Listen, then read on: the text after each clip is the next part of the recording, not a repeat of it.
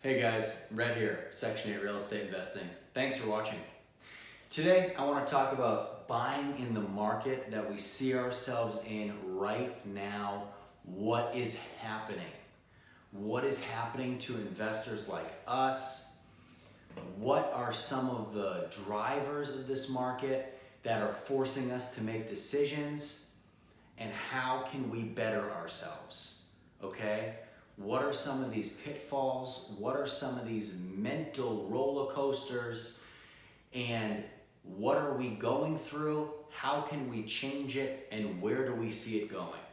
I just threw a lot at you. Let's dive in, okay? So guys, buying today, we're all competing for the same properties, right?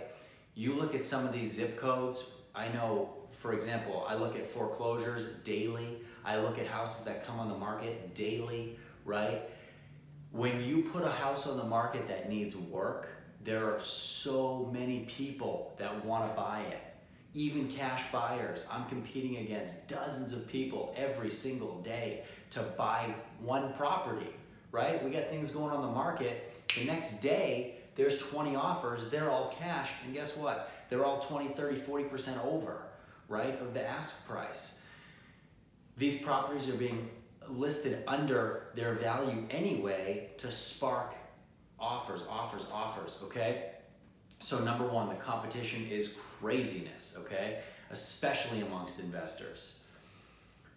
What is that causing? That's causing us to overpay, okay? When we overpay for a property, it's because, think about all the leverage the seller has. We don't know other offers, right? We know we have to go above the ask. We know we have to go over the list price. We don't know by how much. We could make an offer, right? A property could be worth $200,000. We might know there's 20 other people going at it. We might have to put in an offer for $235, $250, right? And maybe the next best offer was $210. We just overpaid $40,000 for a property because we wanted it so bad because we've missed out on 10 prior properties, right? That's happening every single day. That's not good. We are overpaying. So we're competing for the same properties, and the ones that we do get, we are overpaying. That is tough. That hurts the soul, okay? Hurts the wallet even more, which leads me into my next point here is we're working harder, we're working more, and we're making less money. It's the worst of both worlds, okay? We are running to that property that just got listed on the market, right? When we get there, there's 30 other people already there. We're putting in an offer. We don't know where it stands, so we're going on the high side of it. And then we do get it. We do overpay for it. We put it on the market. We still make good money, but we're making less money because we're purchasing it for more than we could have gotten it for, right? We're going over the ask. We don't know what the second best offer is. It's not a good environment for buyers. We know that.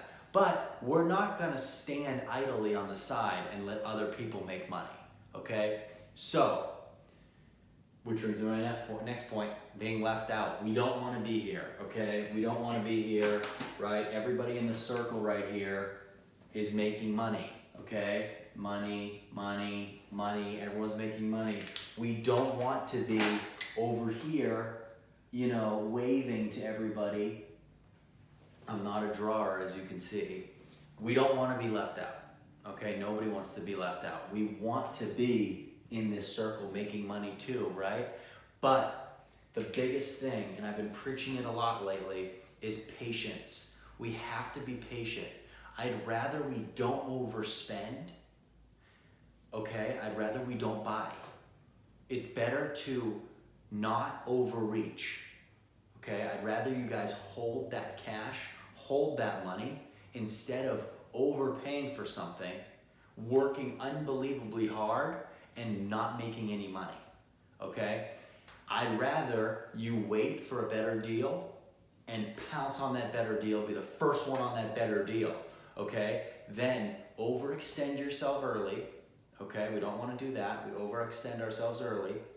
And then we're working on a rehab project for a flip property.